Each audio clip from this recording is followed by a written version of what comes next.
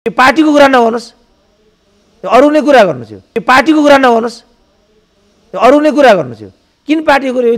यो फलाउँछहरू आएको थियो यहाँ खुब फुर्ती लायो अनि यस्तो गर्छु भन्यो उस्तो गर्छु भन्यो। किन गर्थ्यो? नेता जस्तै रहेछ फटाएर छ भन्दै भने त बर्बाद हुने भए म त। भाटामा हिँड्दै गरेको एउटा लठुवा त्यहाँ मन्त्री भइराखेको छ, यसरी ढ्वाङ साटेर ऊ मन्त्री भइराखेको छ, प्रधानमन्त्री भयो नि, प्रधानमन्त्री नै भइरहेछ। अब अहिले तँलाई मैले प्रचण्डले मन्त्री बनाइदिएको, प्रधानमन्त्री बनाइदिएको भन्छन्। हेर त यसरी बनाइने हो नि त। यहाँ त मन्त्री बन्न लायकको मन्त्री हुँदैन नि यो देशमा। प्रधानमन्त्रीले के भन्नुभयो, कस्ता कस्ता यो देशमा प्रधानमन्त्री हुन्छन् भन्ने कुराको एउटा नमुना। अब उनले के भने दुध किन पोख्नु पर्यो, कुराउनी बेचेर बनाएर बेचे भइगयो नि। अब त्यसो कुराउनी चाहिँ कहाँ बेच्दैछ अन्त? बाबुराम यहाँ ठुल्ठुलो कुरा गरेर हिँड्छन् होइन। यो पप्पू भन्ने त्यही बाबुरामको पार्टीको एमपी हो। बिचौलियाहरू, ठेकेदारहरू, तस्करहरू, सम्पूर्ण मानिसहरू अहिले यो देशमा चाहिँ माननीय छन् र तिनै मान्छेहरू मन्त्री हुन्छन्। बाबुराम खुब गफ गरेर हिँड्छन् नि होइन। यिनले त आफ्नो जेठी सासूभन्दा अरूको नियुक्ति त यिनले गरेकै मैले देखाएको छैन। यिनले आखिर जिन्दगीमा म भिसी नहुने कुरा त प्रष्टै भइगयो। अब मैले यति भन्दा पनि तल लाल बुजा कटाउनु जहिले पनि यो पदको कुरा गर्छ भन्छन्। बाबा मैले तेरो लागि बोलेको यो भन्छु। म त कहिले भिसी भने तैँले त हुनु पऱ्यो नि। पत्रकारलाई पनि म त कहिले गोर्खापत्रको सम्पादक हुँ त्यसो भने? तेरो ल्याकतले त अहिले गोर्खापत्रको जो अध्यक्ष छन् कहिले पत्रकारिताको ब्याकग्राउन्ड हो उनको? त्यसो भने पत्रकार भन्ने चाहिँ त्यहाँको अध्यक्ष कहिले हुन्छ?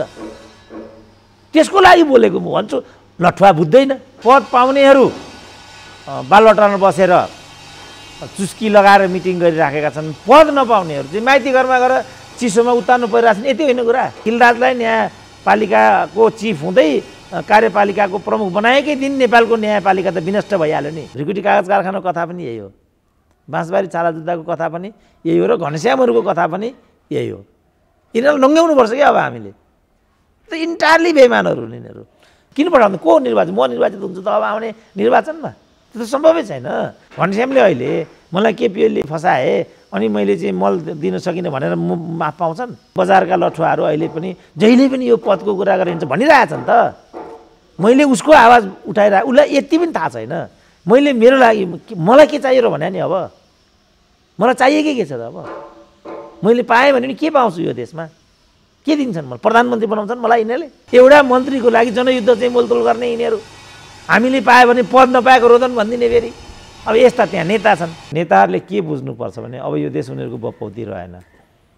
तिमीहरूले मात्रै सम्मान पाउँछौ भन्ने कुरा गल्ती हो। धेरैले मलाई चाहिँ दल खोल्नु पर्यो अथवा दलमा समरण हुनु पर्यो अथवा चुनाव लड्नु पर्यो, धेरैले मलाई भनि नै राखेको हुन्छ। अहिले हामीले माधव कुमार नेपाल र प्रचण्डको यो अहिलेको जुन एउटा केपी ओलीसँगको एउटा कुकुर झगडा त्यो हामी देखिरहेछौँ नि त। त्यो देश जनता विचार राजनीतिसँग काहीँ पनि जोडिँदैन नि त। खालि एउटा पदको लागि त हो। अब मन्त्री प्रधानमन्त्री पदको के हुर्मत छ यो देशमा? अहिले पनि यिनीहरूलाई रियलाइज नहुनु भने त अनौठो हो नि त। अहिले यहाँका भनिरहेछन् नि यिनीहरू। अब अहिले हामीलाई केही काम गर्दैन के भन्दैन। अहिले यिनीहरू त आफू लडाइँ गरेका छन्। रात दिनको कुकुर झगडा छ उनीहरूको। त्यहाँ जनताको विषय एक दिन पनि छैन, विचार सिद्धान्त पनि छैन। किन मास्टर भनेको गए गुज्रेको हो भन्ने छ नि त यहाँका मान्छेको बुझाइ। आमाहरूको बुझाइ त्यो छ नि त। छ्या मास्टर भन्ने छ नि त।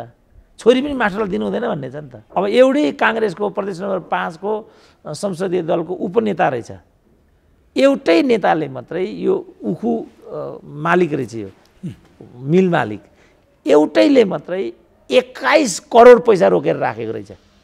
एउटाले मात्रै। अब भारतले कसलाई सोध्छ भन्छ त? सुरेन्द्र केसीलाई?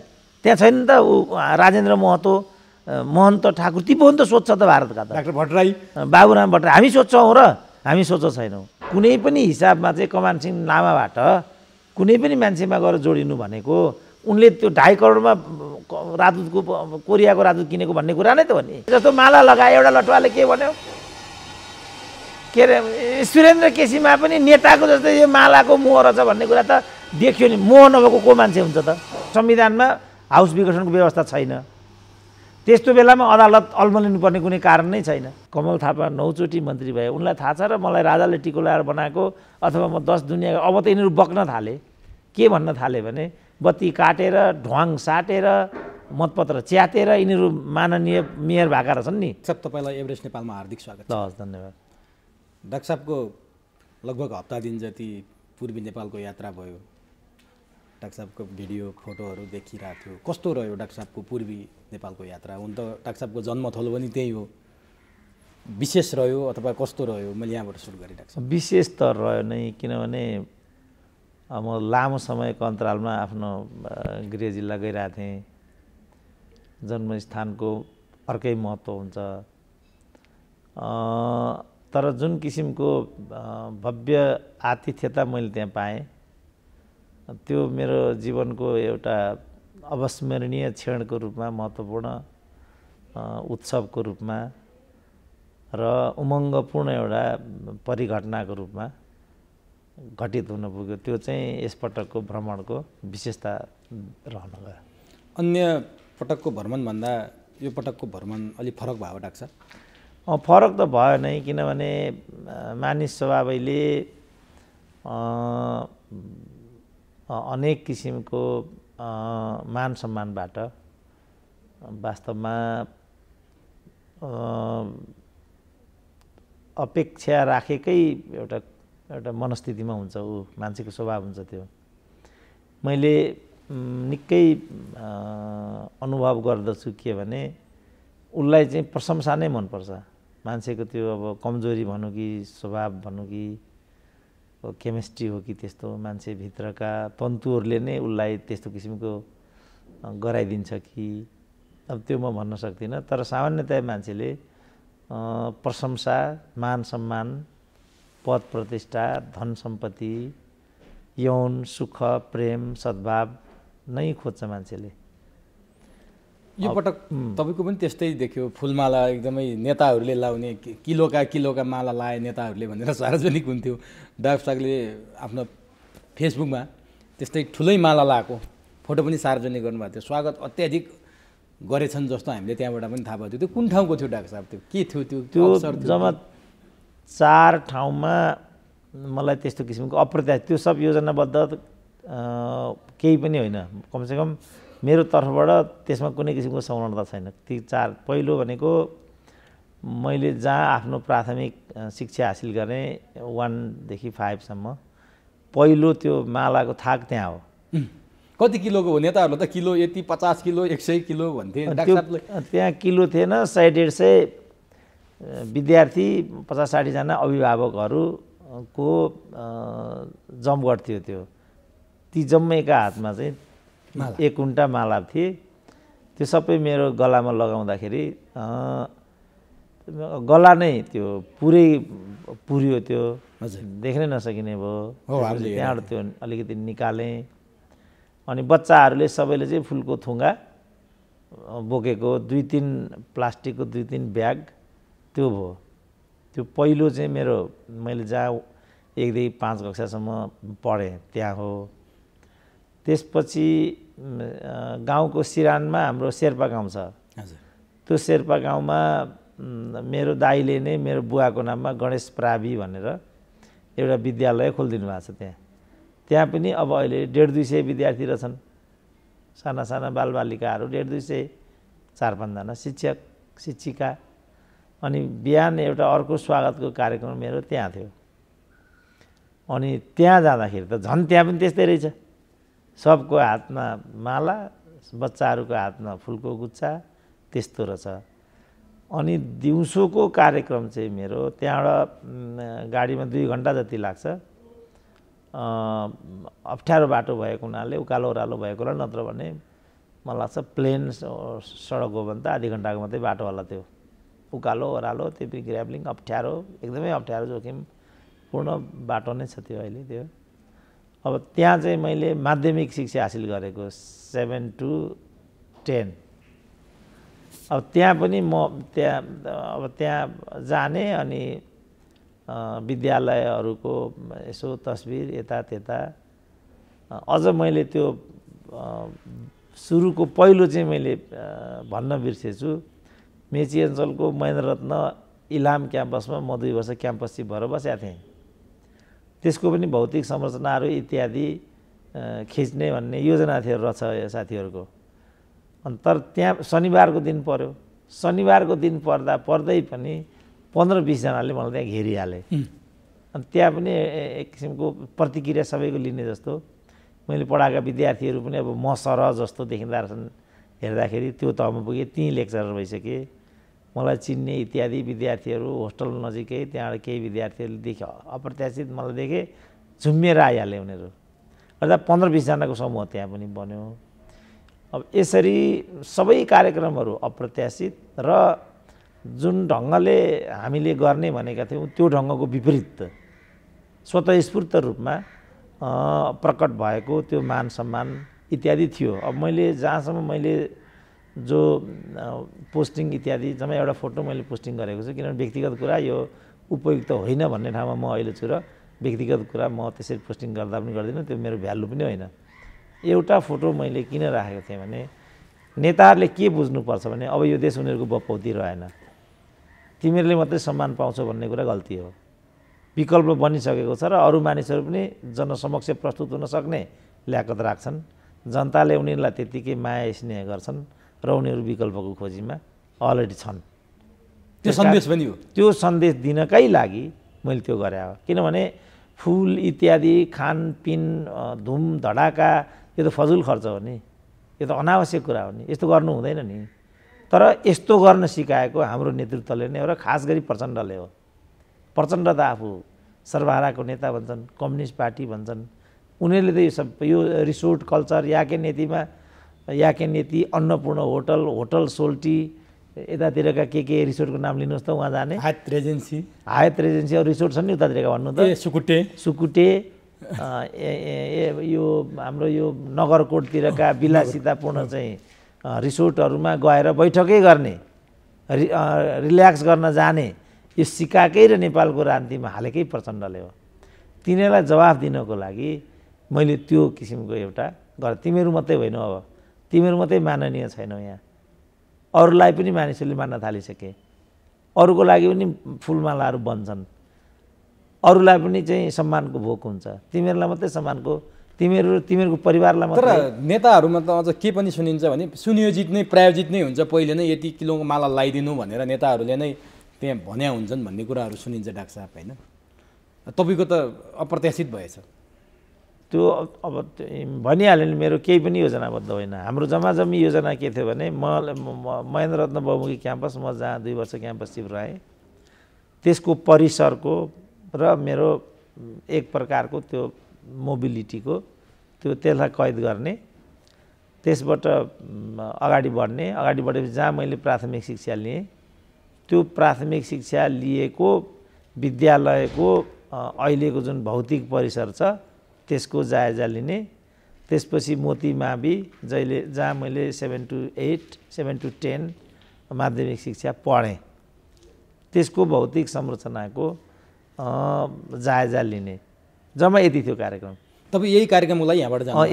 यो मेरो पनि, यो त जो युट्युबका साथीहरू उनीहरूले तर्जुमा गरेको। तर अरू चाहिँ स्वतःस्फूर्त भयो। अब त्यहाँ जाँदा ठ्याक्कै उल्टो भइगयो। त्यहाँ म चाहिँ त्यो योजनाबद्ध पूर्व निर्धारित कार्यक्रम लिएर त्यो सब गर्नको लागि म त्यहाँ गएको। कतिपयले त्यसलाई चुनावी विषयसँग पनि जोडे कि भन्ने पनि लाग्छ मलाई। त्यो थियो र केही थियो र त्यो भन्नु केही नै थिएन, त्यहाँ संयोग मात्रै थियो। चुनाव घोषणा हुनु र तपाईँ जानु होइन, चुनाव घोषणा होइन। म त्यहाँ गएपछि किन गएँ, किनभने यहाँ त नेपालमा त जम्मै मान्छेहरू अब त भ्रष्टीकरण र उपभोक्तावादको शिकार भइसक्यो। तपाईँले राम्रो कुरा गर्नुभयो भने पनि त्यसको निष्कर्ष नराम्रो निकाल्छन्। यहाँ अहिले त्यस्तो भएको छ। तपाईँ त्यहाँ सामाजिक काममा जानुहोस्, त्यसमा राजनीति जोडिन्छ। तपाईँ एनजिओ खोलेर बस्नुहोस्, तपाईँको त्यो एनजिओको जे लक्ष्य हो मान्छेले मान्दैन नि। यो डलर कमाउन आयो, हरियो डलर के भन्छन् नि, सबैले हेर्ने नजरै अब त्यस्तो नजरै। किनभने कोही पनि मान्छेले यो जनताको लागि देशको लागि तपाईँ कोही पनि मान्दैन। म त्यहाँ गएँ अनि म चाहिँ त्यो प्राज्ञिक एउटा उद्देश्यले गएँ भन्ने कुरा कोही पनि मान्दैन नि। तर त्यहाँ अब जनताले तपाईँलाई त्यसरी माला लगाइदिए, अरू नेताहरूले लगाएको भए ठुला पत्र पत्रिकामा समाचार बन्थ्यो होलान्, ठुला पत्रिकाले खोज्थे होलान्। डाक्टर साहबले लाउनु भयो तर जनताले खोजे, जनतासँग तपाईँको प्रत्यक्ष कुराकानी पनि भयो। के रूपमा लिँदो रहेछन्? तपाईँ त एउटा रिटायर्ड प्रोफेसर हो, जनताको पक्षमा बोलिरहेको मान्छे हो। नेतालाई भए नेताबाट अपेक्षा हुन्छन्, नेताले छोराछोरीलाई जागिर देला, नेताले काहीँ आफ्नो भन्छन् सुन्देला भनेर त्यसको लागि पनि माला लगाइदिन्छन् होला जस्तो लाग्छ। तर डाक्टर साहबसँग चाहिँ अपेक्षा के रहेछ? कुरा पनि गर्नुभयो होला नि तपाईँले। कुनै राजनीतिक पार्टीमा पनि हुनुहुन्न, कहीँ पनि हुनुहुन्न, बोल्नुहुन्छ खालि समाज र जनताको लागि। के भन्छन् उनीहरू? अनि त्यो अब जुन मेरो जन्मस्थान हो त्यो चाहिँ हाम्रै परिवारको छत्रछायामा बनेका संरक्षणमा रहेका त्यस्ता खालका शैक्षिक र स्वास्थ्य संरचनाहरू हुन्थे। अघि मैले भने गणेश प्रावि त इन्टायरली मेरो दाइले नै बनाइदिएको थियो। तपाईँको परिवारसँगै जोडियो त्यो हाम्रो परिवारसँग त्यो जोडियो। अब अहिले चाहिँ हाम्रो अलिकति नेमफेम अलिकति माथि गएको र अब सामाजिक आर्थिक दृष्टिकोणले पनि 1-2 लाख रुपियाँ यता खर्च गरौँ भन्दा हामीले पन्छिरहनु पर्ने त्यस्तो अवस्था पनि छैन। अब हामीले त्यो गर्न सक्ने अवस्था पनि छ र त्यतातिरबाट अपेक्षा गरेको भने त्यो अन्यथा पनि होइन। त्यसको एउटा अपेक्षा त्यहाँ कुनै न कुनै रूपमा रहेको हो कि भने जस्तो चाहिँ देखिन्थ्यो। अब म चाहिँ अब यो अनेक किसिमको गरेर पैसा जोड्ने प्रोजेक्ट चलाएर एनजिओसँग जोडिएर कन्सल्टेन्ट बसेर त मैले केही गरेकै छैन। सँगसँगै अरू जो आर्थिक गतिविधिहरू हुन् ती गतिविधिहरू पनि मैले केही पनि गरे हुँदैन। जस्तो मान्छेले त पढाउनुको अतिरिक्त कसैको व्यवसाय हुन्छ, कसैले ठेकापट्टा गर्छन्, कसैले स्कुलै बोर्डिङ निजी विद्यालय खोल्छन्, कलेज खोल्छन्। अब त्यस्तो आम रूपमा मानिसहरूको त्यो छ। तर मेरो चाहिँ जीवन निर्वाह बाहेक केही पनि छैन। मेरो कुनै आर्थिक महत्त्वाकांक्षा पनि छैन र मैले त्यो प्रकारले कुनै किसिमको अर्थोपार्जन गरेको पनि छैन।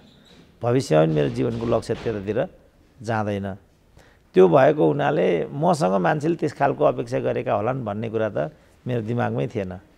तर मैले जुन किसिमको त्यहाँ प्रस्तुति सुने, त्यहाँका स्कुलका व्यवस्थापकहरूको, टिचर्सहरूको, त्यहाँ कार्यक्रमका प्रस्तुताहरूको जुन किसिमको मैले त्यहाँ झसलको र भावना त्यहाँ मैले फिल गरेँ, त्यसपछि केही न केही त मैले यहाँ गर्नुपर्छ भन्ने खालको अपेक्षा पनि थियो कि भन्ने मनोवैज्ञानिक एउटा उद्विग्नता मेरो मनमा चाहिँ उत्पन्न हुँदै गइरहेको थियो कार्यक्रमकै सन्दर्भमा। तर मेरो केही पनि योजना थिएन, पूर्व सूचना नै मलाई केही थिएन। तब यहाँ साथीहरूले यस्तो केही अपेक्षा पनि गरिरहेछ, डाक्टर साहब यता त्यता केही पनि मलाई भनेको थिएन। म एउटा सादा मान्छे, मसँग त्यस्तो आर्थिक हुँदा पनि हुँदैन थियो। मेरो अघि पनि भने मेरो कुनै त्यस्तो आर्थिक एउटा हिसाब किताब जीवनको छँदा पनि छैन। खालि एउटा साधारण मान्छेको जस्तो जीवन बिताउने र यसरी नै यो पृथ्वी छोडेर जाने मेरो क्लियर कट यही हो।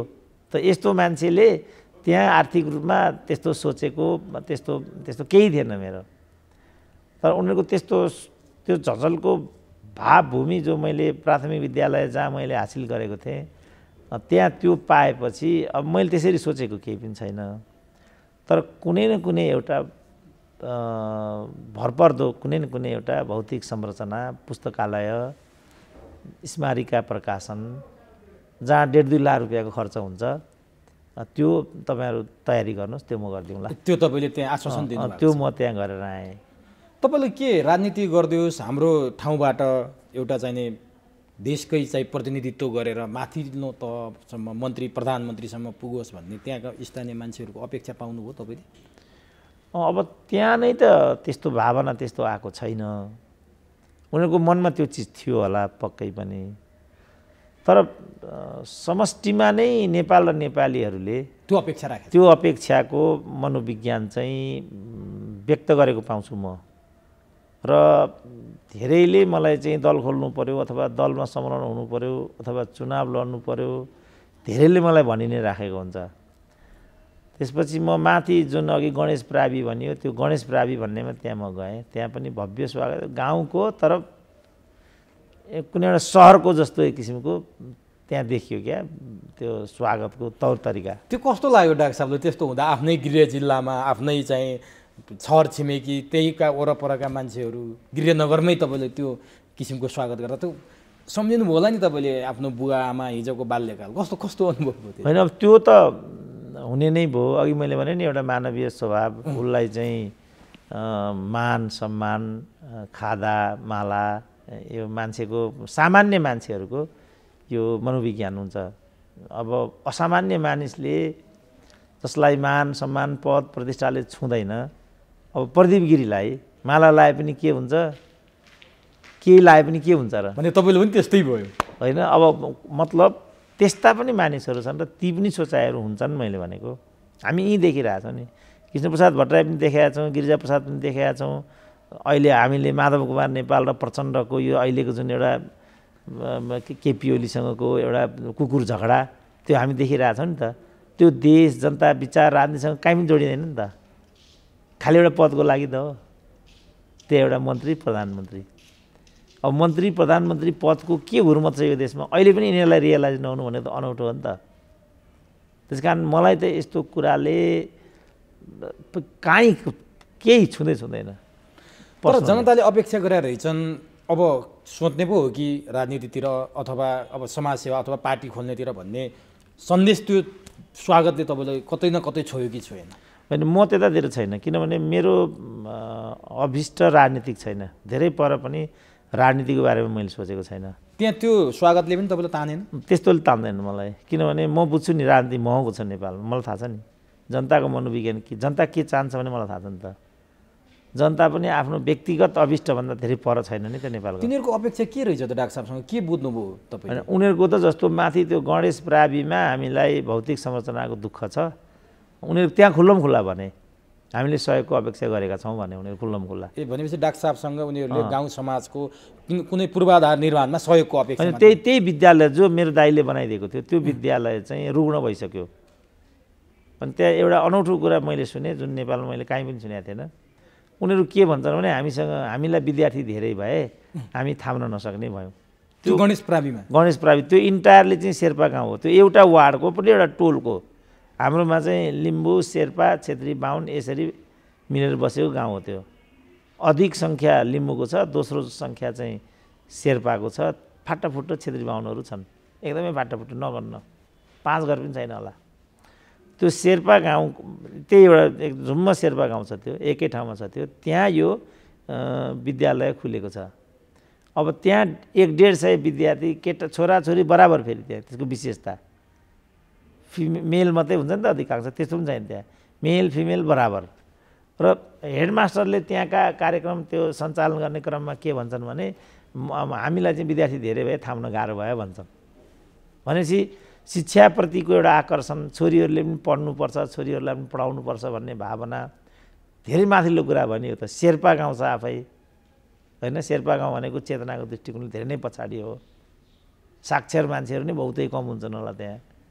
कति वर्षपछि जानुभएको थियो डाक्टर साहब? मेरो त 40 वर्ष वरिपरि भइसक्यो। त्यो ठाउँमा पुग्यो? 40 वर्ष अगाडिको शिक्षाको स्तर र अहिलेको स्तर धेरै भिन्नता पाउनुभयो डाक्टर साहबले? अब जस्तो मैले जुन विद्यालयमा पढेको थिएँ त्यस बेला 30-40जना विद्यार्थी थिए होला, प्राथमिक विद्यालय थियो त्यो। अब अहिले यहाँ चाहिँ 200-250 विद्यार्थीहरू पढ्छन् भन्छन्, त्यो नै ठुलो सङ्ख्या भयो। जस्तो म तपाईँलाई दृष्टान्त दिएर भन्छु, म डोटीमा क्याम्पस चिफ थिएँ। डोटीमा क्याम्पस चिफ हुँदा त्यो डोटी क्याम्पसमा विद्यार्थीहरूको सङ्ख्या सायद 30 जनाभन्दा माथि थिएन तपाईँ क्याम्पस चिफ हुँदा। जबकि त्यो बिएसम्मको पढाइ हुने चाहिँ त्यो क्याम्पस हो, डोटी क्याम्पसको त्यो म भन्दैछु। इतिहास केन्द्रीय विभागमा जहाँ मैले पढाएँ त्यहाँ त कहिलेकाहीँ विद्यार्थीहरूको सङ्ख्या 2 मात्रै पनि हुन्थ्यो, जहाँ 20 जना प्रोफेसरहरू अध्यापन गर्थे जहाँ।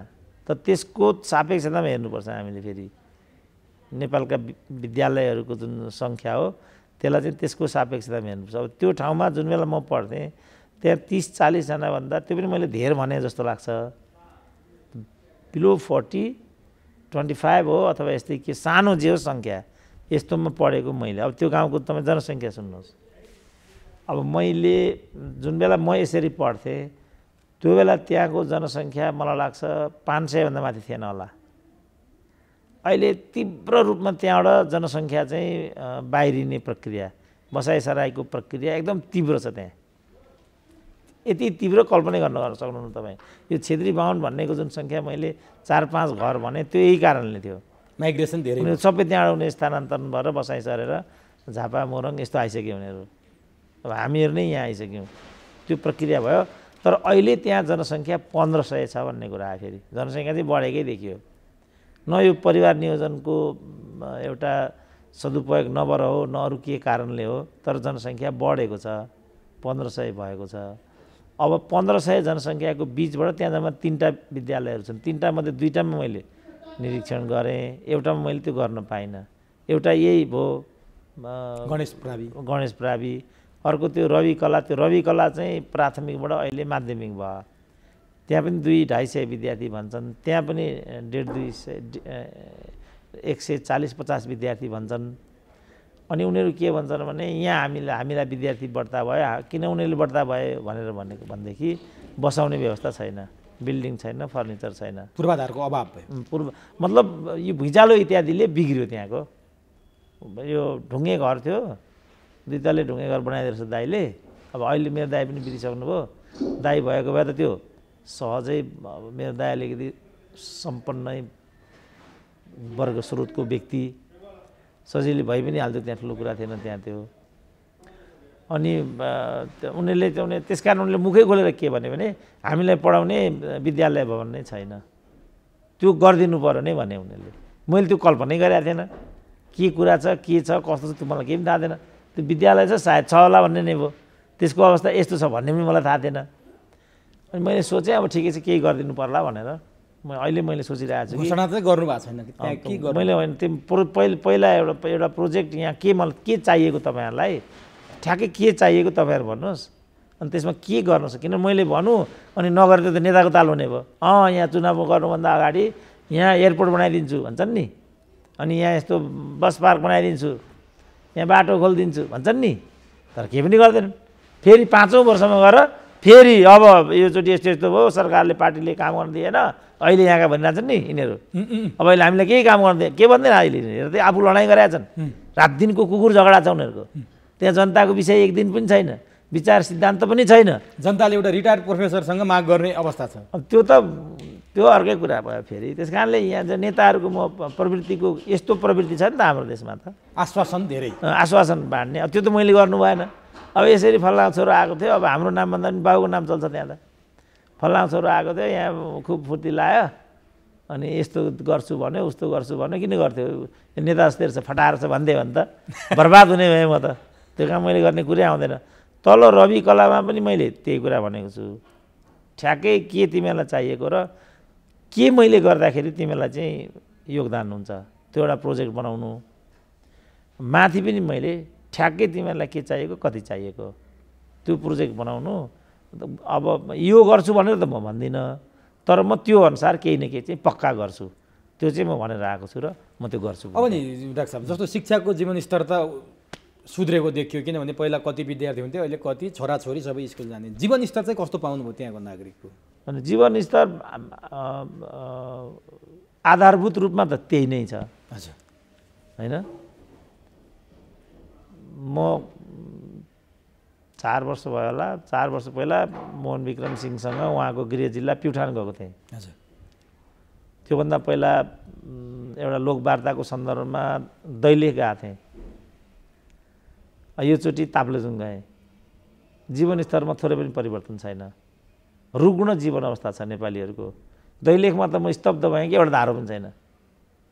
त्यो दुल्लु भन्नेको उकालो म अहिले पनि सम्झिन्छु, एकदमै कमजोर बाटो छ, त्यो स्वाभाविकै हो। तर पानीको व्यवस्था छैन, स्वास्थ्यको व्यवस्था छैन, शिक्षाको व्यवस्था छैन, सडक व्यवस्थित छैन। र त्यसको एउटा झझल्को चाहिँ आम नागरिकहरूको व्यक्तित्वमा देखा पर्छ।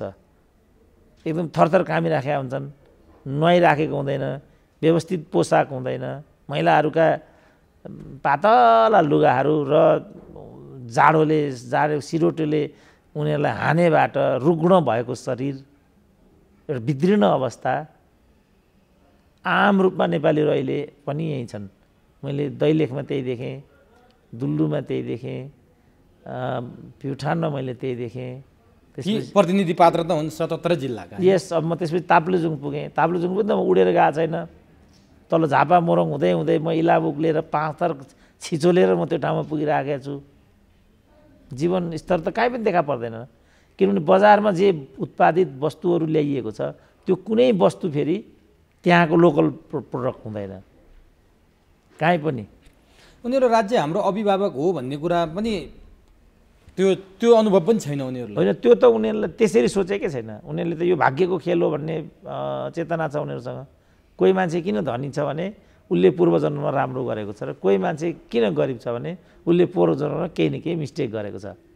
त्यसको सजाय ऊ अहिले भोग्दैछ। त्यो उनीहरू बुझिरहेछन्। होइन, नेपालीहरूको मनोविज्ञान हामी देख्छौँ नि त होइन। कोही पनि केही पनि भयो भने कोही पनि मान्छे चाहिँ 12 चोटि मन्त्री भयो, विजय कछादार 12 चोटि मन्त्री भए, कमल थापा 9 चोटि मन्त्री भए, उनलाई थाहा छ र मलाई राजाले टिको लाएर बनाएको अथवा म 10 दुनियाँ। अब त यिनीहरू बक्न थाले, के भन्न थाले भने बत्ती काटेर ढ्वाङ साटेर मतपत्र च्यातेर यिनीहरू माननीय मेयर भएका रहेछन् नि। आफ्नै सहकर्मीले पोल खोल्न अब त यिनीहरू बौखलाउन थाले नि त।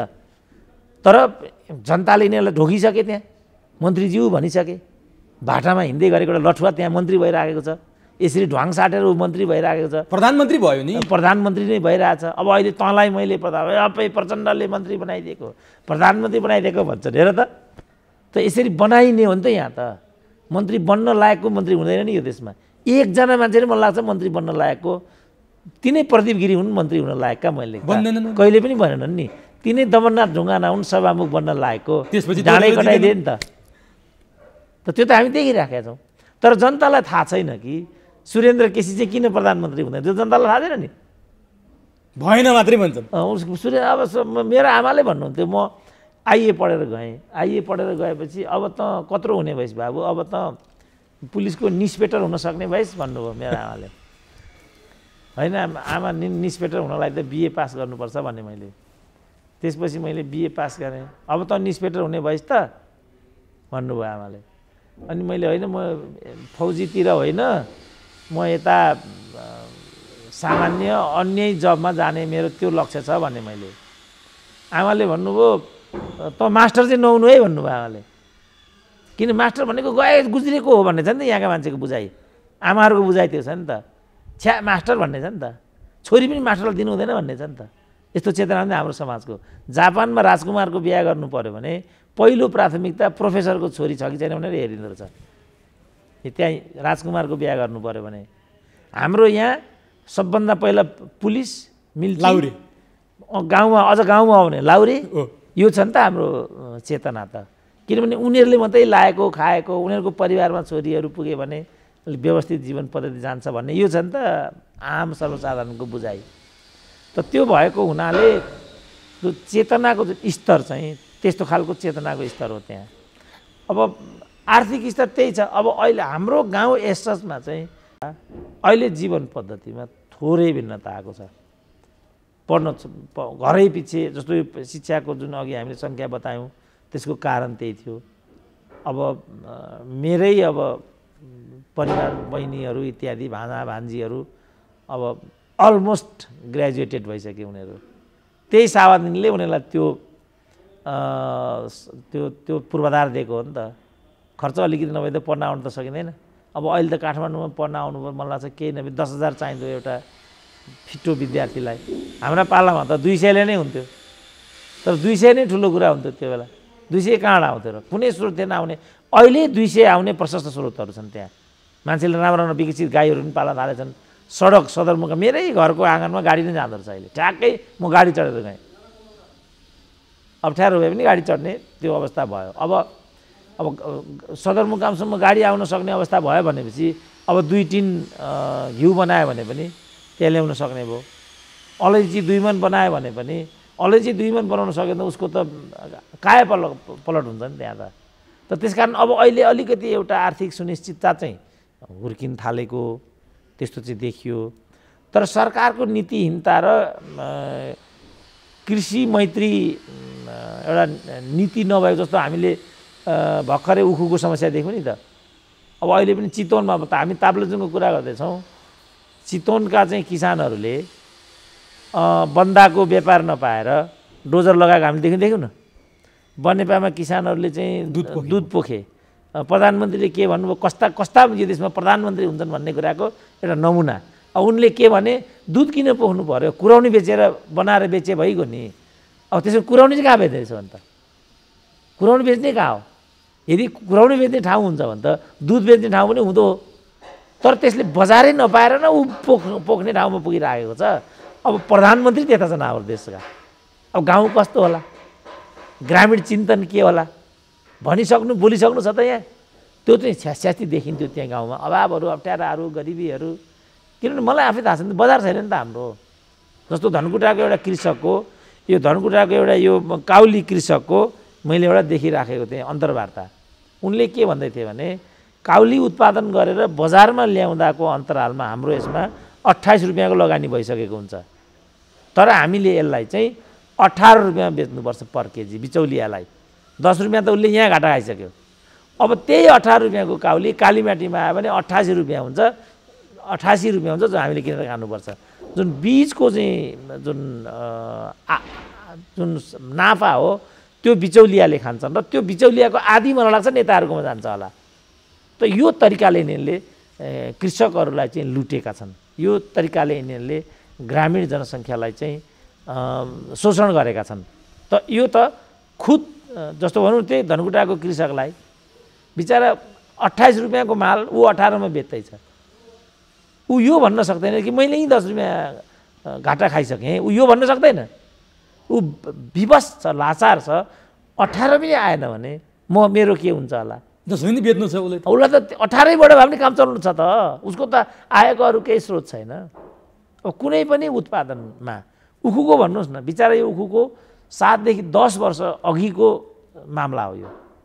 अब एउटै काङ्ग्रेसको प्रदेश नम्बर 5 को संसदीय दलको उपनेता रहेछ, एउटै नेताले मात्रै यो उखु मालिक रहेछ, यो मिल मालिक एउटैले मात्रै 21 करोड पैसा रोकेर राखेको रहेछ, एउटाले मात्रै।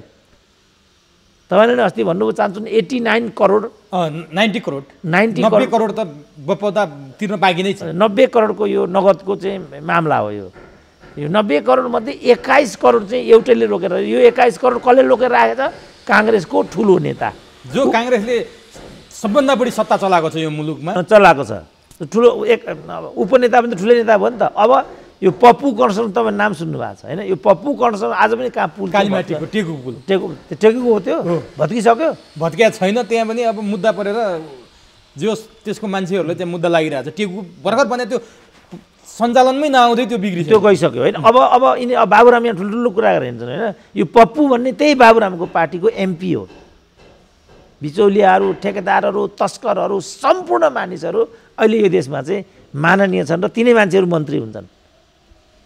त अब त्यस्तो बेलामा, त्यस्ता मानिसहरूको चाहिँ चकचकी भएको बेलामा अब के ग्रामीण जनताले चाहिँ विकास अनि पाउँछ? त्यो राज्यको उपस्थिति चाहिँ छ कि छैन डाक्टर साहब? जस्तो जनताले दुःख पायो, अघि भन्नु भने कृषकहरूको त्यो बिचौलियाले त्यसरी खाइरहेको छ उत्पादन, त्यहाँ राज्यका जस्तै यो कुरा त राज्यका निकायले हेर्नुपर्ने, कृषि मन्त्रालय होला अथवा अरू कुनै निकाय होला, त्यहाँ छ कि छैन? राज्य नभएको टुरो जस्तो छ। अब तपाईँले चाहिँ त्यहाँको ताप्लेजुङको कुरा गर्नु, मैले प्रतिनिधि पात्रको रूपमा मैले बुझेँ। त्यहीँ पुग्नु पर्दैन। यी घनश्यामले 2 वर्ष मन्त्री भए होइन? 1.5 वर्ष कि 1 वर्ष कति मन्त्री भएन? मलाई गोलचक्करमा फसाए भन्दै हिँडिरहनु। एउटा मलसम्म ए बाबा गोजीबाट निकालेर उद्योग खोलेर देऊ भनेको हो र? त्यो त मैले तपाईँ अझ इन्ट्रेस्टिङ कुरा तपाईँ मलको कुरा गर्दाखेरि म भन्छु। त्यसपछि म 4 आली झापामा एकछिन त्यहाँ यसो अवलोकन जस्तो सानोतिनो हुँदाखेरि त्यो 4 आली भन्ने ठाउँमै अलिकति अगाडि दुवागढीतिर बढिसकेपछि एउटा संरचना देखाए साथीहरूले मलाई। त्यो इन्डियाको एउटा ठुलो साहुले नेपालका बैंकरहरूबाट अरबौँ रुपियाँको चाहिँ लोन लिएर त्यो बिल्डिङको शिलान्यास गरेको अरे गिर्जाउले, उद्घाटन गरेको अरे शेरबहादुरले। 5 वर्ष त्यो फेरि मल फ्याक्ट्री त्यो अरबौँ रुपियाँ राज्यबाट लियो। यी नेताहरूलाई चाहिँ दुरुपयोग गर्यो, ठ्याप्प पैसा गोजीमा हाल्यो, जुर्को उठ्यो। फ्याक्ट्री सञ्चालन छैन। के को फ्याक्ट्री सञ्चालन हुने? ऋण डाक्टर साहब यो यस्तो हो भन्थे ठुलो एउटा घर देखाइरहेको थिएँ। यो कथा मलाई बताए, तर यो एउटा कथा मात्रै हो। भ्रिकुटी कागज कारखानाको कथा पनि यही हो, बाँसबारी छाला जुत्ताको कथा पनि यही हो, र घनश्यामहरूको कथा पनि यही हो। यिनीहरूलाई नङ्ग्याउनुपर्छ क्या अब हामीले। त इन्टायरली बेइमानहरू हुन् यिनीहरू। घनश्याम र योगेशहरू, अब योगेश पनि तपाईँकै गृह जिल्ला ताप्लेजुङकै हुन्, देख्नुभयो होला त्यहाँ योगेश मन्त्री हुँदा के पाएनन्। अब यिनीहरूले मन्त्रीबाट राजीनामा दिएर जनताको अगाडि गएर केपी ओलीले हामीलाई फसाए भनेर मात्रै माफी पाउँछन् यिनीहरूले? जनताले माफी दिन्छन् त? अब जनताले त दिँदो हो बिचरा, जनताले माफी नदिँदो हो भने त यी फटाहरूलाई त चुनावै गरेर निर्वाचितै गरेर पठाउनु थिएन नि त। यिनै जनता हुन् जसले यिनीहरूलाई पटक पटक निर्वाचित गरेर पठाएको। फेरि पनि पठाउँछ? किन पठाउँदैन? को निर्वाचित? म निर्वाचित हुन्छु त अब आउने निर्वाचनमा? त्यो त सम्भवै छैन। किनभने मनी माइन्ड मसलबाट चाहिँ संसदीय व्यवस्थामा निर्वाचन हुन्छ भन्ने कुरा पुरानो हो। तर अहिले आएर त लेखराज भट्टले भने नि तिम्रो बट्टा साटेर, मैले आज भनेको हो र, कति ठाउँमा मैले भनिराखेको छु के भने गच्छेदार, उपेन्द्र यादव, प्रचण्ड तिनटैले चुनाव जितेको होइन दोस्रो संविधान सभामा। तिनटैलाई बाका साटेर जिताइएको। तिनटैलाई बाका साटेर यिनीहरू आगो फुक्लान् भनेर यति गर्दा त प्रचण्डले दोस्रो संविधान सभाको नतिजा मान्दैन भनेर चाहिँ बबन्डर गर्न खोजेका थिए। यति हुँदै पनि बाकस साटेर जिताउँदा पनि किन यिनीहरूले हार्नु हुँदैन, यिनीहरूले हार्न जाने छैन। कसरी छोरीलाई जिताउँछ त त्यहाँ? केपी ओली अहिले बोल्दैछन् फेरि। अब अहिले यिनीहरू अहिले आएर तैँले यो गरिस्, मान्छे मारिस्, फलानु गरिस्, खाम बहादुर कोनी के खाम कता गयो। अब पार्टी प्रवेश गर्दैछन् रे खाम त केपी ओलीको चाँडै। जहाँसुकै पछन् यस्ता कुरै नगरौँ। तर यही चाहिँ के भने चित्रावली अहिले पनि गाउँ गाउँमा छ। तपाईँले प्रत्यक्ष देखेर आउने योमा अब तर जनताले त यो कुरा यो किन यस्तो भएको भन्ने कुरा जनताले के छ त डाक्टर साहब? जनताको यी दलप्रति, यी नेताप्रति, यो राजनीतिप्रति धारणा केही बुझ्नुको पाउनु? त्यसपछि म सिन्धुलीगढीमा आएँ। सिन्धुलीमा त्यहाँ लगभग त्यो उकालो सिद्धिसकेपछि त्यहाँ सिन्धुलीको उत्पादन यो इस्कुसको, पिँडालुको, तरुलको, जुनारको राम्रो त्यहाँ एउटा सानो टोक्रे बजार छ त्यहाँ। त्यो पहिला यिनीहरूसँगै हाम्रो एभरेस्टकै टिमसँग जाँदाखेरि मैले थाहा पाएको बजार हो त्यो। अनि त्यो त्यहाँ छ भन्ने मलाई थाहा थियो। योचोटि पनि अब ठ्याक्क आउँदै ठ्याक्कै मैले त्यो देखेर गाडी रोकेर त्यहाँ ती चिज किन्नको लागि म त्यहाँ उत्रिँदाखेरि यस्तै तपाईँले सोधेको प्रश्नको सन्दर्भ त्यहाँ आयो। अनि हामीले चाहिँ एक बोरा सुन्तोला किन्ने भयौँ समूहमा। एक बोरा सुन्तोला एकै ठाउँमा लाने भनेर सोधे त्यहाँ। हामी एकै ठाउँमा लाने किनभने हामी एउटै पार्टीका हौँ, हाम्रो बिचमा झगडा हुँदैन, हामी यो लगेर बाँडेर चाहिँ लिन्छौँ, एकै बोरामा लाने भनेपछि यो पार्टीको कुरा नगर्नुहोस्, अरू नै कुरा गर्नुहोस्। यो किन पार्टीको कुरा? यो सुन्तोलै दिन्न भने त्यहाँ त पार्टीभन्दा पार्टीको केही कुरै नगर्नुहोस् तपाईँहरू। यो पार्टीले आज हामीलाई यस्तो बनायो, माओवादीले यहाँ यत्रो लड्यो, यस्तो गर्यो, हामीलाई यस्तो कत्रो घात भयो, अब अहिले गएर हेर कुन हालत गराइदिए, तपाईँ फेरि पार्टीको कुरा गर्ने भने झन्डै त्यहाँ त यो स्थिति छ। तपाईँ पार्टीकै कुरा गर्नुहुन्छ भने नेताकै कुरा गर्नुहुन्छ। नेताको त मैले भनिहालेँ यहाँ। घनश्यामले अहिले मलाई केपी ओलीले फसाए अनि मैले चाहिँ मल दिन सकिनँ भनेर माफ पाउँछन्? पाउँदैन नि। भनेपछि सिन्धुलीको प्रतिनिधि घटना हो त्यो 77 जिल्लामा छ डाक्टर साहब, यसरी बुझ्नु पर्यो हामीले। यो त किन काहीँ पनि छ, काहीँ उहीँ बाबा काहीँ पनि जस्तो म जस्तो एउटा सामान्य मान्छेलाई बाटामा रोकिकन मलाई चाहिँ मञ्च दिनुपर्ने, स्वागत गर्नुपर्ने कुनै कारण छ?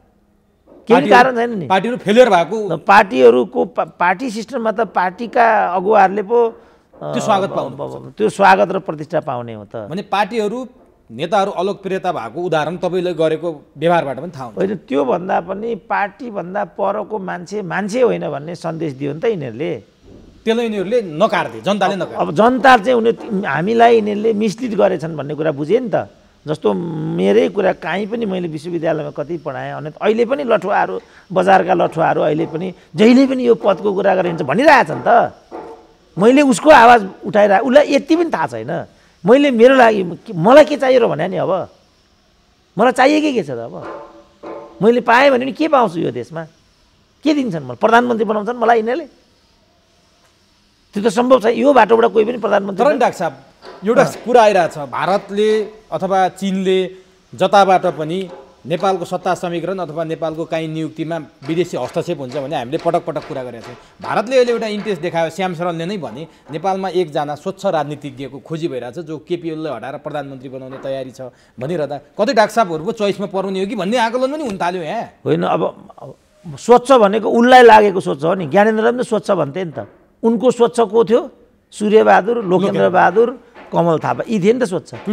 तुलसीगिरी स्वच्छ त यी हुन् नि त। अब भारतले कसलाई स्वच्छ भन्छ त? सुरेन्द्र केसीलाई?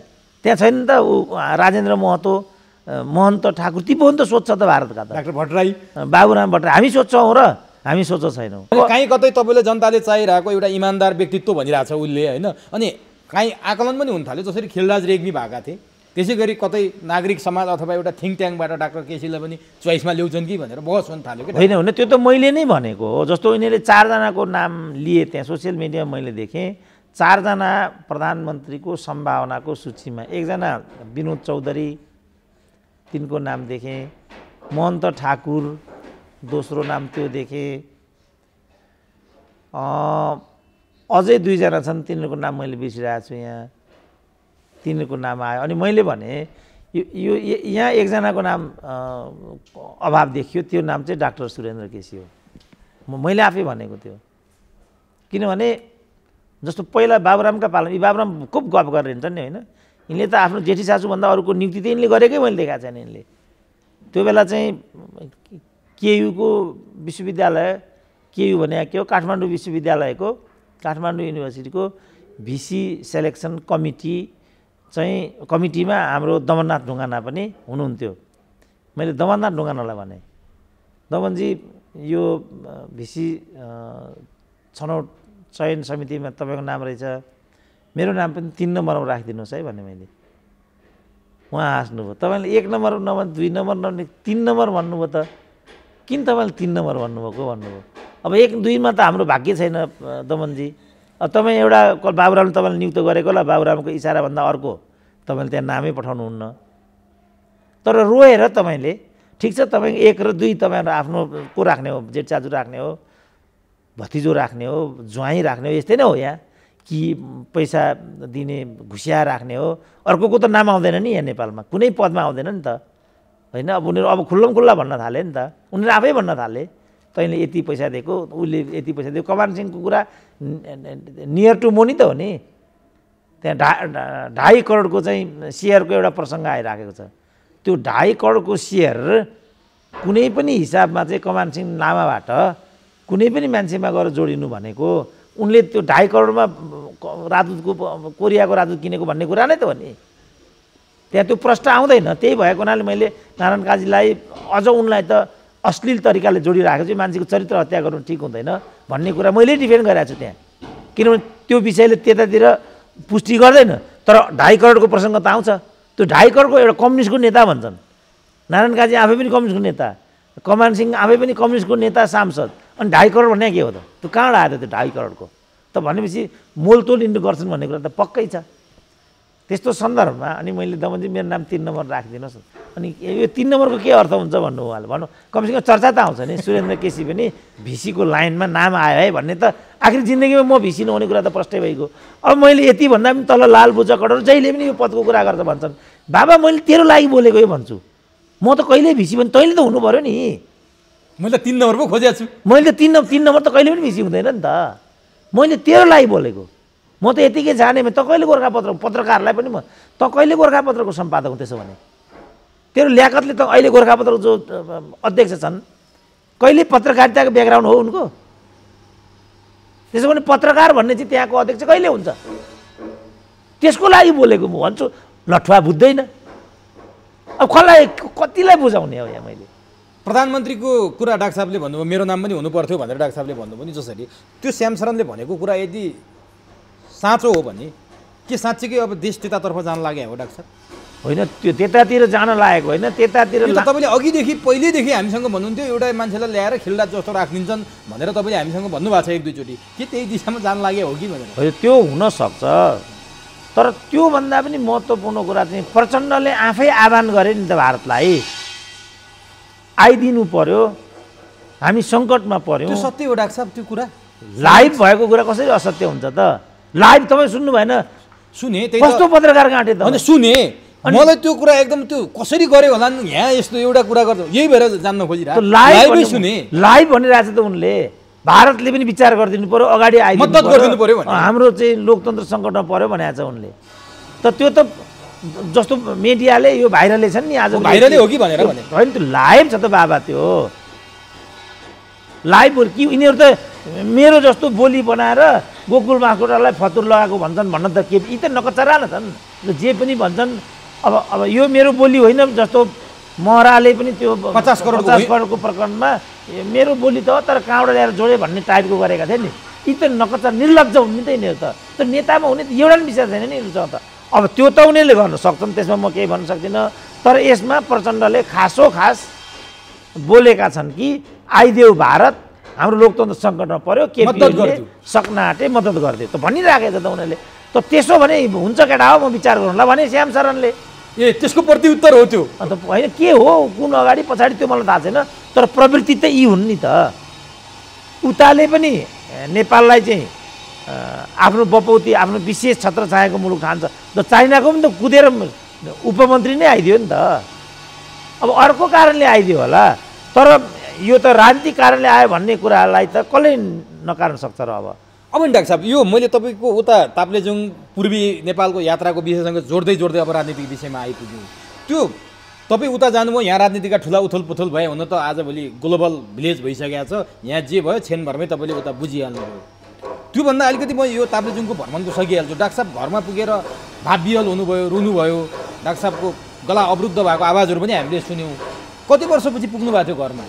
होइन म 40 वर्षपछि पुगेको घरमै। 40 वर्षपछि घरमा। कतिपय यो सोसियल मिडिया प्रयोग गर्ने लठुवाहरूले त त्यहाँ पनि कति अमानवीय भइसकेको छ नेपाली भन्ने जाति है, मलाई अचम्म लाग्छ के। यही भावुकतालाई पनि ऊ चाहिँ हँसी मजाकको विषय बनाइराखेको, कति कस्तो रुड भएछ यो नेपाली भन्ने मलाई अचम्म लाग्छ के।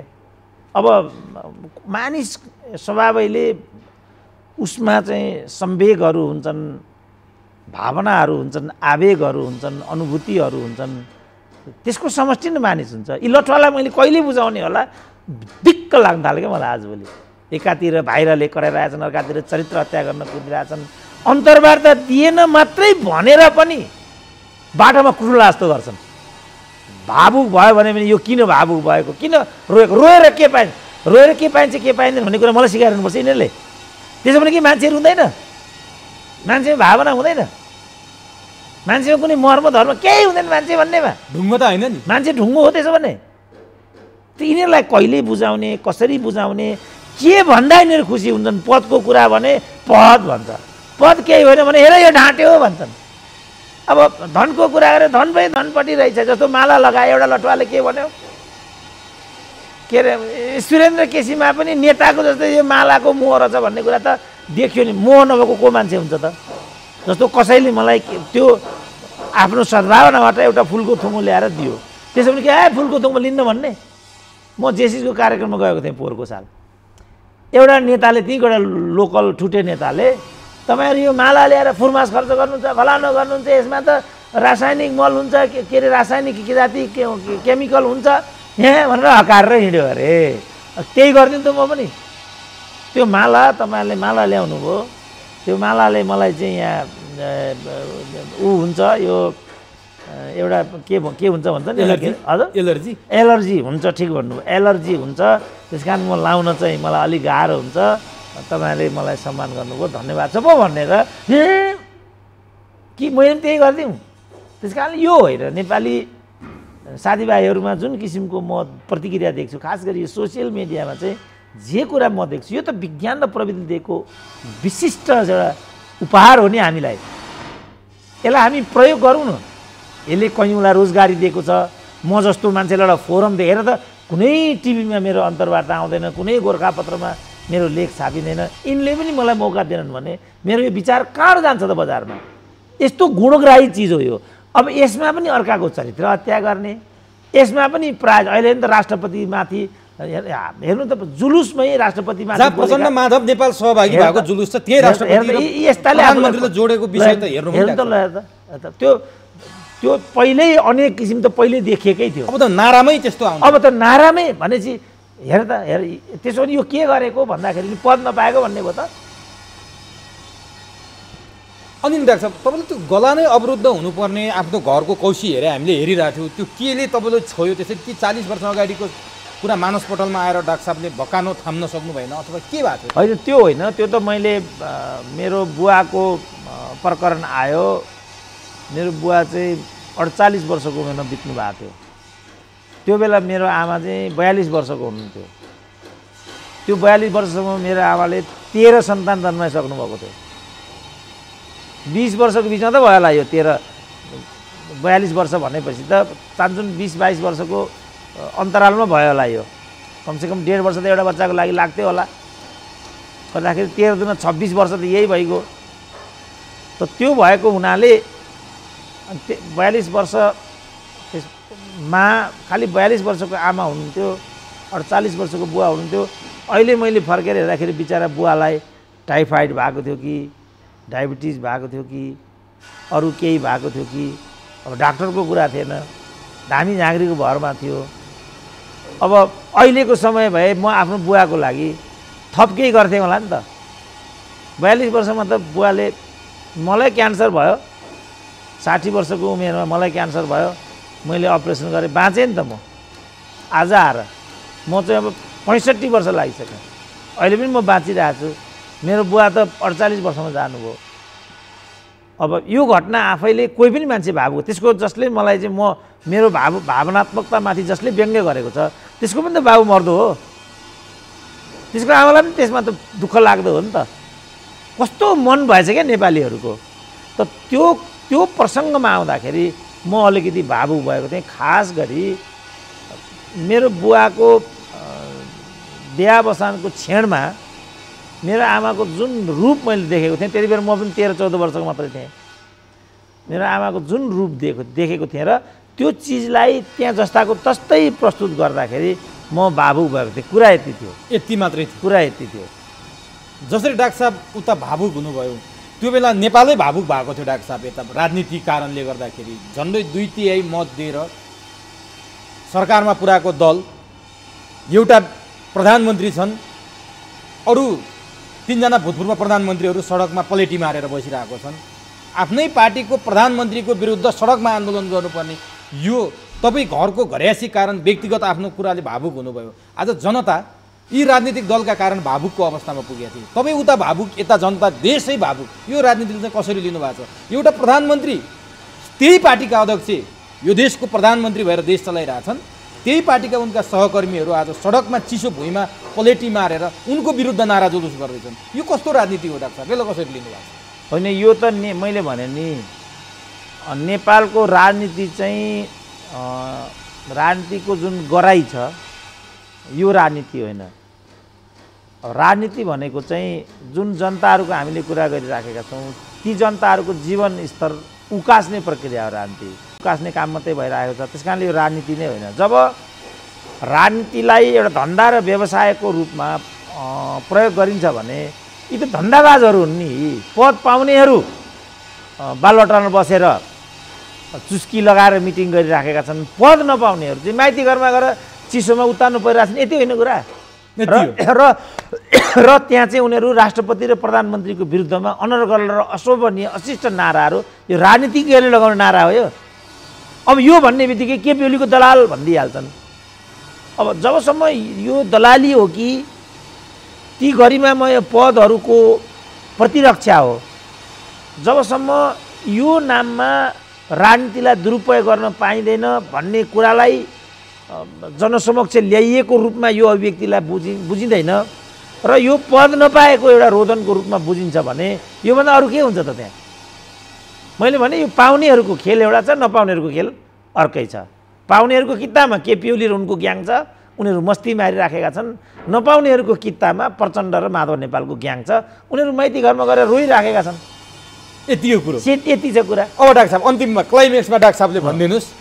आज हामीले कुरा धेरै गर्न पनि पाएनौँ, विविध कारणले गर्दा अलिकति टेक्निकल प्राविधिक समस्या पनि आयो। अब प्रचण्डहरू पलेटी मारेर त्यहाँ बस्ने, केपी ओलीले यताबाट म चुनाव नगराइ छोड्दैन, तिमीहरूको पत्ता साफ गरिदिन्छु, 2-4 सिट त ल्याउला, आउ न चुनावमा भनेर बोलिराख्ने। कानुनी रूपमा यिनीहरू किताकाट पनि हुने अवस्था छैन।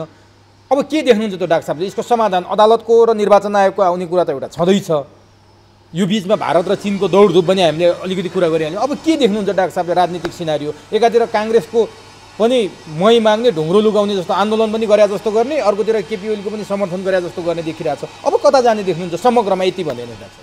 होइन, अब अदालतले एउटा निर्णय गर्यो भने त त्यसले एउटा डिपार्चर दिइहाल्छ, यस दिए पनि नो दिए पनि। तर यहाँ के भयो भने प्रायोजित निर्णय हुन्छ कि भन्ने खतरा रहिआयो नि विगतदेखि नै, किनभने संविधानमा हाउस विघटनको व्यवस्था छैन। त्यस्तो बेलामा अदालत अल्मलिनुपर्ने कुनै कारण नै छैन। फेरि यिनीहरूले जो राष्ट्रपतिको आदेश जारी गरेका छन् त्यो एकदम त्रुटिपूर्ण कसरी छ भनेदेखि त्यसले 3 चाडा धाराहरू पनि त्यहाँ उल्लेख गरेको छ। जुन धारामा हाउस विघटनको व्यवस्थै छैन। यदि अदालत निष्पक्ष हुन्थ्यो भने त अस्ति नै संसद पुनर्स्थापना अन्तरिम आदेश भइसक्नुपर्ने अवस्था हो। तर अब अदालतले म त्यो गर्दिनँ भनिदिइहाल्यो। यीमा केही न केही गडबड छ भने गर्दिनँ भन्ने बित्तिकै उसले पर्खर हेरेमा छ, अदालत प्रष्ट छ। पर्खर हेर भनेपछि त न्यायका नौसिङ हुन्छन्। हो किन जस्टिस डिलेड इज जस्टिस डिनेड भनिन्छ। जस्टिस डिले गर्ने बित्तिकै त्यहाँ डिनेड भइहाल्छ। त्यहाँ त्यो प्रपञ्चको लागि रोकेर राखेको हो। अब यो नेकपा भन्नेको पनि फेरि त्यस्तै किसिमको उनीहरू नै फेरि त्यहाँ मोलतोलमा उनीहरू अहिले पनि मिल्ने नमिल्ने के कसोमै अलमली राखेका छन्। छोटकरीमा उनीहरूले मुलुकलाई चाहिँ अनिर्णयको बन्दी बनाइराखेका छन्। यो गर्ने अधिकार उनीहरूलाई छैन। नैतिक संवैधानिक राजनीतिक कुनै अधिकार उनीहरूलाई छैन। तर अब के गर्ने? अब राजनीतिको एउटा विश्वसनीयतै स्खलित भइसक्यो। अहिले कसैले कसैलाई पत्याउने त्यस्तो अवस्थै छैन। अहिले प्रचण्डले यो देश र जनताका लागि गरेको भन्ने एकजनालाई लाग्दैन। उनका कार्यकर्ता उफ्रिन्छन्, त्यसको के अर्थ छ? त्यसको के मूल्य छ? त्यसको केही पनि मूल्य छैन। फेरि यो पदको लागि आफूलाई विसर्जित गर्नेहरू पनि माओवादीका पनि 3-4 जना त्यहाँ मन्त्री नै भएर हाम फालिहाले। एउटा मन्त्रीको लागि जनयुद्ध चाहिँ मोलतोल गर्ने यिनीहरू। हामीले पायो भने पद नपाएको रोदन भनिदिने फेरि। अब यस्ता त्यहाँ नेता छन्। त्यो भएको हुनाले अस्तव्यस्तता र अराजकतातिर गएर यो बाटो नेपाललाई सिक्किम बनाउने बाटो हो भनी आएको छु मैले चाहिँ। अब यहाँ अझै त्यो डरलाग्दो अवस्था छ। परिणाम कहाँ आएको छ त? अहिले के हुन्छ? कसले के भने जस्तो भन्नु, भोलि चुनावमा गइयो अरे मानिले। पहिलो चुनाव प्रचण्डले चुनावै हुँदैन भनिराखेकै छन्। यो गर्ने चुनावै होइन, केपीले घोषणा गरेको भनिरहेको। अब चुनाव भयो भने जसरी उनलाई हिजो चाहिँ बत्ती निभाएर बाक्का साटेर जिताइएको थियो, अब अरूलाई त्यसरी नै जिताइन्छ। त्यहाँ यो प्रचण्डहरूले नै सिकाएको, प्रचण्डकै लागि राज्यले परिकल्पना गरेको यो विधि हो। अब प्रचण्डको छोरीलाई कसरी चुनाव जितायो भन्ने कुरा त सारा दुनियाँलाई थाहा छ। त्यसो भने भविष्यमा केपी ओलीकी छोरीलाई, हालाकि उनकी छोरी छैनन् तर छोरी जस्तीलाई त्यही विधिबाट चाहिँ चुनाव जिताइयो भने त्यो अनौठो हुन्छ त? नजिर त बसिसकेको छ। त्यस कारणले यसको कुनै भविष्य पनि छैन, कुनै भाग्य पनि छैन। त यही बिचबाट चाहिँ यो देश चाहिँ खुइल्याउने, यसलाई सिद्ध्याउने र खुइल्याउने, यसको लागि पहिला नेतालाई खुइल्याउने। नेतालाई खुइल्याएपछि नेताले भनेको कुरा गुइए कुरा हो यो भनेर कसैले पनि नेताले बोले छोड्दे, नेताले भनेको कुरा पनि पत्याउने भन्ने ठाउँमा नेतालाई पुर्याइदिने, अनि देशलाई सिद्ध्याउने। पहिला नेतालाई खुइल्याउने अनि देश सिद्ध्याउने, यो खेल हो। अब यी सब फालबाट पनि अगाडि बढ्यो भने अघि त्यहाँ चाहिँ जो 2 जना प्रधानमन्त्रीको नाम आइरहेको थियो, तेस्रो व्यक्ति रहेछ कमान्डर इन चिफ पूर्णचन्द्र अधिकारी, पूर्णचन्द्र थापा, विनोद चौधरी, महन्त ठाकुर, पूर्णचन्द्र थापा, अनि मैले पनि चौथोमा मेरो नाम राखिदिनु त्यहाँ भनेर। त्यहाँ मैले आफ्नो नाम देखिनँ भनिदिएको थिएँ कि। त यो तरिकाले जुन एउटा ठट्टाको विषय बनाए क्या, नेतालाई, राजनीतिलाई, राज्यका संरचनाहरूलाई, न्यायालयको भनौँ न खिलराजलाई न्यायपालिकाको चिफ हुँदै कार्यपालिकाको प्रमुख बनाएकै दिन नेपालको न्यायपालिका त विनष्ट भइहाल्यो नि। अझै त्यो खतरा अझै त्यो त अब यही भनौँ नि। अब अहिले जो प्रधान न्यायाधीशले ल्याइरहेछन्, नेपालको सबभन्दा ठुलो गणतन्त्रवादीले प्रधान न्यायाधीशको ठाउँमा ल्याएको हो चोलेन्द्रलाई। सबभन्दा ठुलो गणतन्त्रवादी जो पहिलोचोटि नेपालमा गणतन्त्र चाहिन्छ भन्ने नेता कानुन मन्त्री हुँदा यिनलाई चाहिँ सर्वोच्चको न्यायाधीश बनाएको छ। र नाम भन्दिनँ त, नरहरि आचार्य। नरहरि ल्याएको यिनलाई भनेपछि अब समरीमा डाक्टर साहब अन्तिममा हामी अँध्यारो सुरुङतर्फै ब्ल्याक होलतर्फै यात्रा गरिरहेछौँ। त्यहाँ कुनै ब्राइटनेस उज्यालो चम्किलो म देख्दिनँ। किनभने अब भनौँ न जस्तो पुनर्स्थापित भयो भने के हुन्छ? पुनर्स्थापित भएन, त्यसपछि कसरी अगाडि जान्छ? अब प्रादेशिक राज्यहरूमा त्यहाँ त्यस्तो द्वन्द्व मारामार छ आइरहेको। ती सबै अब म के सुन्दैछु भने सङ्घीयता नै पर्न सक्छ। केपी ओलीको विश्वास पात्र निरुपालले त सङ्घीयता खारेज गरिदिनुहोस् भनेर केपी ओलीले अनुरोध गरिसकिन्। अब त्यसकारण अब यसबाट अब यही बाटोबाट नेपाललाई चाहिँ सिक्किममा पुर्याउने, किनभने सङ्घीयता पनि स्थगन गर्नुपर्छ, संविधान पनि खारेज हुने भयो, धर्मनिरपेक्षलाई पनि स्थगन गरिनुपर्छ भन्ने नाराहरू त्यो भयो भने त के कहाँ जान्छ त राजनीति? त्यो त स्वतः काठमाडौँ जाने राजनीति हो नि। त्यो स्वतः काठमाडौँ जाने राजनीति भनेको चाहिँ नेपाललाई सिक्किम बनाउने खेल हो। अब हेर्दै जाउँ, अब यो पनि मैले राजदूत नपाएको झोक भन्छन् कि के भन्छन् लाल बुझ कटरले, त्यो पनि एकचोटि हेरौँ, त्यसपछि फेरि अर्कोचोटि हामी कुरा गरौँला। हस् डाक्टर साहब, समय दिनुभयो। अलि अझै डाक्टर साहबसँग धेरै छलफल गर्ने मेरो भित्रैदेखि उत्कट चाहना थियो, तर बाह्य प्राविधिक कारणले बाह्य डिस्टर्बले त्यो गर्न सकेन। हस् डाक्टर साहब, समय दिनुभयो, यसलाई त धन्यवाद।